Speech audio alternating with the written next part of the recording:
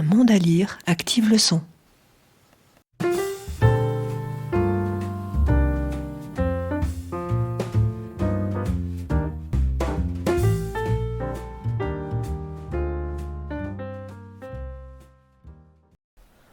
Pour le 7e épisode du podcast Un monde à lire active le son, nous pénétrons dans un vaste domaine familial où le personnage principal, héritier d'une longue lignée aristocratique, se trouve confronté à la grande question de la transmission du patrimoine et de la mémoire. Le Duc, écrit par Matteo Melchiorre, traduit de l'italien par Anne Echnoz et Serge Quadrupani, est paru aux éditions Métellier en avril 2025. J'avoue un petit faible pour la littérature italienne. Je ne connaissais pas l'auteur, Matteo Melchiorre, et pour cause, historien de formation, Le Duc est son premier roman. Le petit mot, accroché à la couverture par le libraire, m'a évidemment donné envie de le découvrir. Ils sont forts, ces libraires. Les liens du sang sont-ils si importants ?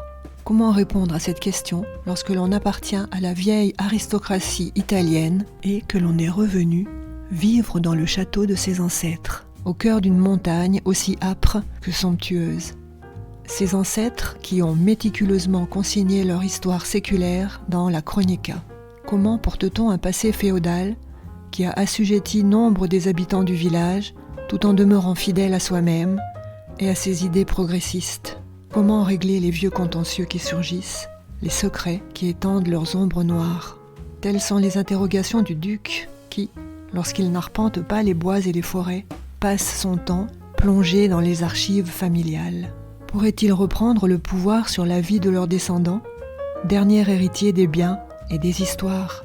Pourrait-il l'attirer dans le passé au point de le priver d'avenir? Et puis, cette montagne, puissante, vivante, ce village en contrebas du château, et puis Maria.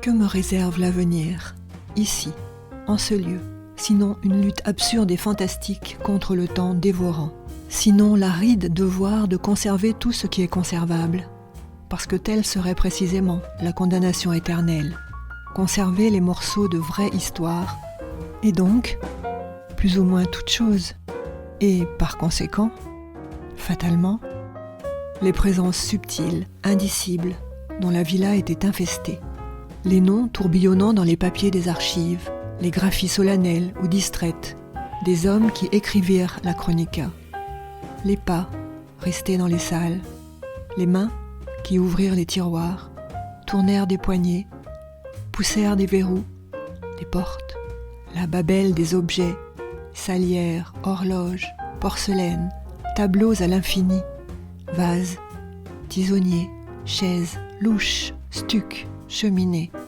épées de parade. Conserver tout le conservable, c'est cela le danger suprême, parce qu'aux choses matérielles sont collées les choses immatérielles, les chaînes invisibles, à savoir les histoires qui bourdonnent dans l'air comme des abeilles ou des moustiques, des temps ou des papillons. Matteo Melchiorre est né en 1981 dans la région de Vénétie, au nord-est de l'Italie. Historien de formation, il s'est d'abord illustré par des essais sur l'histoire locale et la culture des montagnes vénitiennes, avant de se tourner vers la fiction. Ses ouvrages précédents témoignent d'un intérêt constant pour la mémoire des lieux, la transmission et les mutations du monde rural. Au fil de sa carrière, Melchiorre s'est imposé comme une voix singulière de la littérature italienne contemporaine, mêlant rigueur documentaire et sensibilité narrative. Ses influences vont de la littérature paysanne à la tradition du roman familial, en passant par la réflexion sur l'histoire et le territoire. Sa plume, à la fois érudite et accessible, fait de lui un passeur entre les époques, attentif à la fois à la voix des anciens et aux aspirations des jeunes générations. Pour le quotidien suisse Le Temps, Matteo Melchiorre réveille des passions féodales jusque-là assoupies, Phénomène éditorial en Italie, ce premier roman se dévore et marque par l'élégance de son écriture. Le Nouvel Obs évoque un roman fleuve qui met en scène, dans une langue ciselée, élégante et érudite, une rivalité féodale à tiroir. C'est aussi une réflexion sur les liens du sang, conscients ou inconscients, qui s'expriment au-delà des siècles. Pour le quotidien belge La Libre, Matteo Melchiorre déploie ici une maîtrise du récit et des rebondissements qui tiennent son lecteur en haleine. Si l'historien en lui a abondamment nourri ce texte épique à souhait, ce n'est jamais au détriment de l'intrigue. Un grand merci pour votre écoute d'Un monde à lire, Active le son.